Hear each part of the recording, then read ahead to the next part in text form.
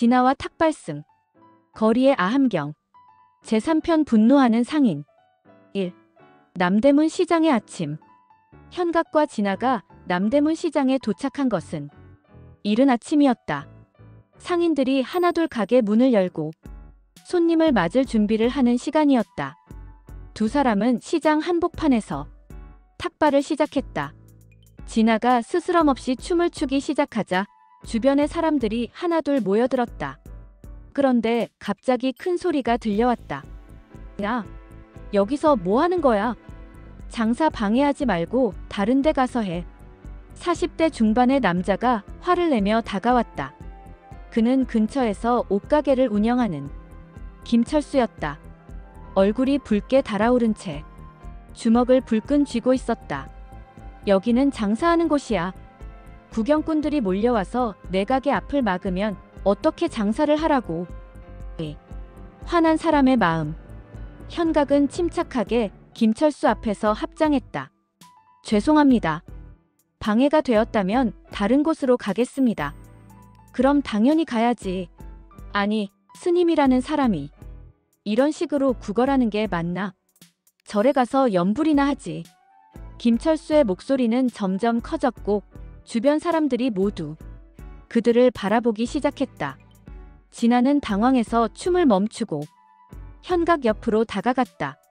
스승님, 우리 그냥 가요. 하지만 현각은 움직이지 않았다. 그는 김철수의 분노한 얼굴을 조용히 바라보고 있었다. 많이 화가 나셨나 봅니다. 무슨 일이 있으셨나요? 3. 화이경의 지혜. 김철수는 현각의 차분한 반응에 더욱 화가 났다. 무슨 일이냐고. 당신들 때문에 장사가 안 된다는 게 무슨 일이냐고. 그게 다입니까? 현각의 질문에 김철수는 잠시 말을 멈췄다. 그의 눈에 순간적으로 다른 감정이 스쳤다. 뭐가 다냐고. 분노는 대개 표면에 드러나는 감정입니다. 그 밑에는 다른 마음이 숨어 있지요. 두려움이나 슬픔 또는 상처받은 마음 같은 것들이 말입니다. 현각은 아함경의 화이경을 떠올렸다. 한 수행자가 다른 수행자에게 화를 내는 것을 본 붓다가 제자들에게 들려준 가르침이었다. 4. 가면 뒤의 진실. 옛날 어느 마을에 늘 화를 내는 사람이 있었습니다. 현각이 이야기를 시작하자 김철수는 어리둥절했다. 지금 뭐 하는 거야? 이야기는 왜 해? 그 사람은 누구를 만나든 화를 냈습니다. 마을 사람들은 그를 피했고 아이들은 무서워했지요. 그런데 어느 날 지혜로운 스승이 그 마을에 왔습니다. 김철수는 현각의 이야기에 자기도 모르게 귀를 기울이게 되었다. 스승은 그 사람에게 물었습니다. 왜 그렇게 화를 내는가? 그러자 그 사람이 대답했습니다. 사람들이 나를 무시하고 또 만나면 외면하기 때문입니다. 스승이 다시 물었습니다. 그럼 왜 사람들이 당신을 무시한다고 생각하는가? 그제야 그 사람은 깨달았습니다. 자신이 먼저 화를 내기 시작했다는 것을 말입니다. 마음의 거울. 김철수의 얼굴에서 분노가 조금씩 사라지기 시작했다. 그게 나와 무슨 상관이야? 화는 마음의 거울입니다. 우리가 화를 낼 때 그 안에는 우리 자신의 모습이 담겨 있습니다.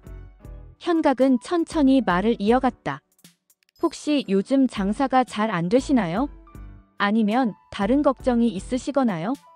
김철수는 현각의 말에 깜짝 놀랐다. 마치 자신의 마음을 들여다보는 것 같았기 때문이다. 그건 말씀하시기 어려우시면 안 하셔도 됩니다. 다만 화를 다른 사람에게 풀어봐야 문제가 해결되지 않는다는 것만 기억해 주세요. 6. 진실의 고백. 김철수는 잠시 망설이다가 입을 열었다.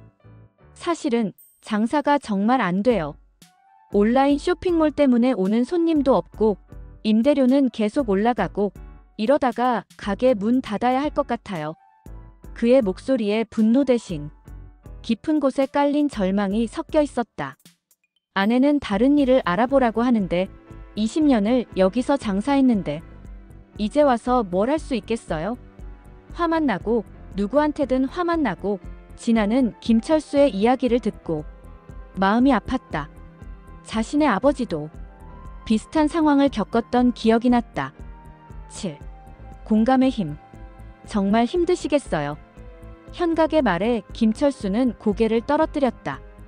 20년, 정말 긴 시간이군요. 그동안 얼마나 많은 정성을 쏟으셨을까요? 그럼요. 새벽 5시에 일어나서 밤 10시까지 하루도 쉬지 않고 일했어요. 아이들 학비 벌려고, 집장만 하려고. 김철수의 눈에 눈물이 맺혔다. 그런데 이제 다 물거품이 될 것 같아요. 20년이 그냥 날아가는 거예요. 진아가 조심스럽게 다가갔다. 아저씨, 저희 아버지도 비슷한 일을 겪으셨어요. 그때 아버지도 많이 화를 내셨거든요. 저희한테도, 어머니한테도. 8. 화이경의 핵심. 현각이 김철수의 어깨에 손을 얹었다. 화이경에 이런 말이 있습니다. 화는 자신을 태우는 불이다. 남을 해치려 하지만 결국 자신만 상처받는다. 지금 당신의 화는 누구를 향한 것입니까? 그야 세상이 불공평하니까, 열심히 일해도 보상받지 못하니까. 그렇다면 그 화가 문제를 해결해 줍니까? 김철수는 말문이 막혔다. 오히려 화를 내면 낼수록 주변 사람들이 멀어지고 문제는 더 복잡해지지 않습니까? 그럼 어떻게 해야 해요? 아무리 해도 화를 안 낼 수가 없어요. 9. 마음의 치유. 화를 내지 말라는 게 아닙니다. 화의 원인을 들여다보라는 것입니다. 현각은 김철수와 진아를 바라보며 말했다. 진짜 화가 날 일은 따로 있습니다. 불의에 대한 화, 약자를 괴롭히는 것에 대한 화, 진실이 왜곡되는 것에 대한 화, 이런 것들은 세상을 바꾸는 힘이 됩니다. 하지만 자신의 좌절감을 다른 사람에게 푸는 화는 독과 같습니다. 자신도 다른 사람도 다치게 만들지요.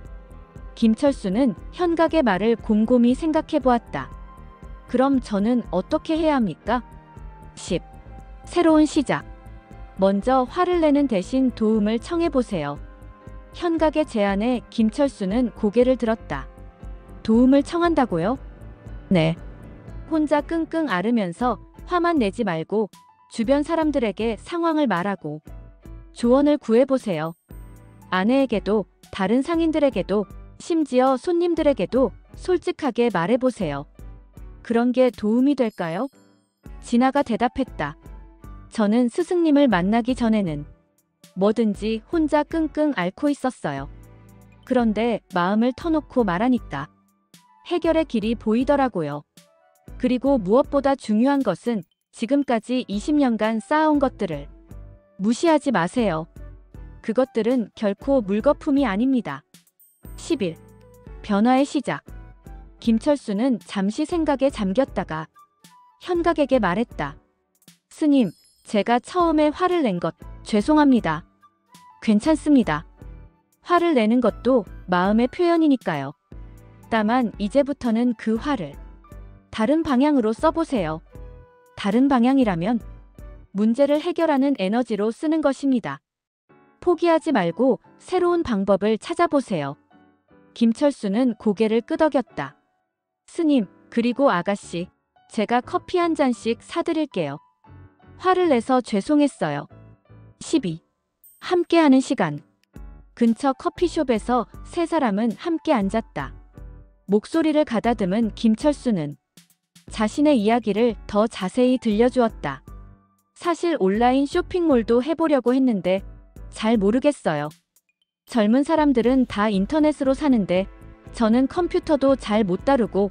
진아가 눈을 반짝였다. 아저씨, 제가 도와드릴 수 있어요. 저 인터넷 쇼핑몰 만드는 거 좀 알거든요. 식당의 홈페이지도 만들었어요. 정말? 네. 쇼핑몰 회사에서 일을 해봤어요. 아저씨가 가진 좋은 옷들을 사진 찍어서 올리고 설명도 써드리고 시간 나면 도와드릴게요. 김철수의 얼굴이 밝아졌다. 13. 새로운 우정. 정말 고마워요. 그런데 왜 저 같은 사람을 도와주려고 하는 거예요? 진아는 현각을 바라보며 미소를 지었다. 스승님이 가르쳐 주셨어요. 우리가 만나는 모든 사람이 스승이라고 아저씨한테서도 많이 배웠어요. 내가 뭘 가르쳐 줬다고? 정말 힘들 때 사람이 어떤 마음이 되는지, 그리고 그 마음을 어떻게 바꿔야 하는지 현각이 말을 이었다. 화이경에서 가장 중요한 것은 화를 없애는 것이 아니라 화를 지혜로 바꾸는 것입니다.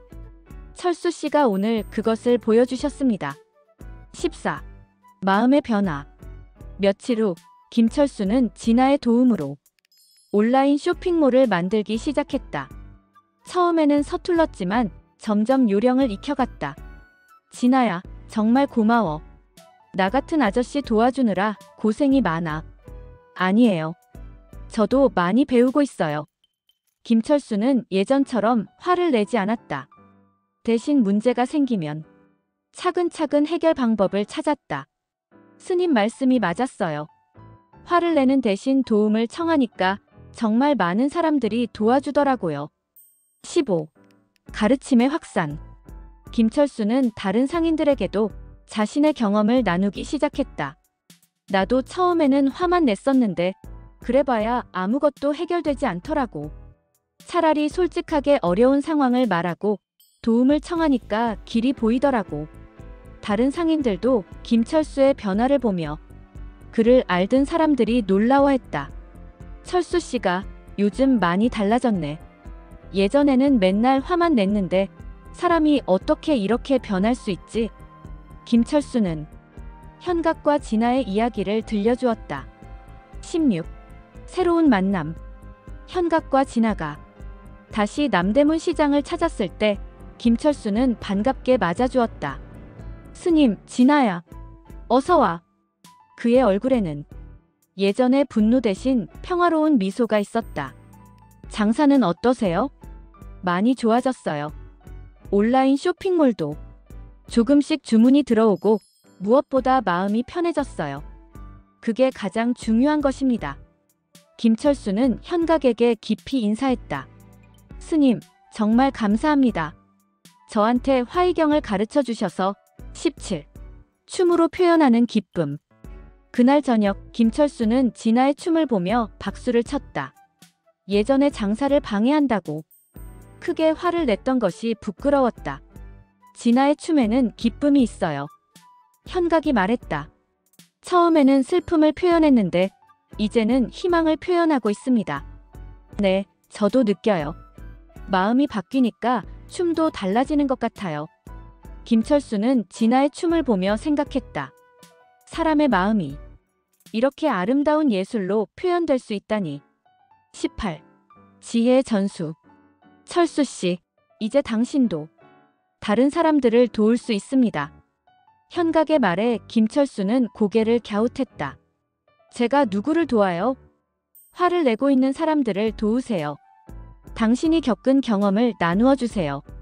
그런 사람들을 만나면 뭐라고 해야 할까요? 자신의 이야기를 솔직하게 들려주세요. 화가 문제를 해결해주지 않는다는 것을, 하지만 그 화를 지혜롭게 생각하면 다른 에너지로 바꿀 수 있다는 것을 자신있게 말해주세요. 김철수는 고개를 끄덕였다. 19. 새로운 출발. 며칠 후 현각과 진아는 다시 길을 떠나기로 했다. 김철수는 아쉬워하며 그들을 배웅했다. 스님, 진아야, 꼭 가야 해? 네, 다른 곳에서 우리를 기다리는 사람들이 있을 테니까요. 그럼 언제 다시 만날 수 있을까요? 현각은 미소를 지었다. 만남은 인연입니다. 인연이 되면 다시 만나게 될 거예요. 김철수는 진아에게 작은 선물을 건넸다. 이거 받아. 내가 좋아할 것 같은 옷이야. 고마워요, 아저씨. 20. 마음의 유산. 현각과 진아가 떠난 후 김철수는 혼자 가게에 서 있었다. 하지만 외롭지 않았다. 마음속에 평화가 있었기 때문이다. 그날 밤 김철수는 일기를 썼다. 오늘 나는 화이경의 진정한 의미를 깨달았다. 화는 적이 아니라 변화의 신호였다. 그리고 그 변화를 통해 나는 새로운 사람이 될 수 있었다. 다음 날부터 김철수는 화를 내는 다른 상인들을 찾아가 자신의 경험을 나누기 시작했다. 그렇게 현각과 진아가 남긴 가르침은 남대문 시장에서 조용히 퍼져나갔다. 화는 마음의 불이다. 그러나 그 불을 지혜롭게 사용하면 어둠을 밝히는 등불이 될 수 있다. 김철수의 변화는 화희경의 가르침이 현대에도 얼마나 유효한지를 보여주는 생생한 증거였다.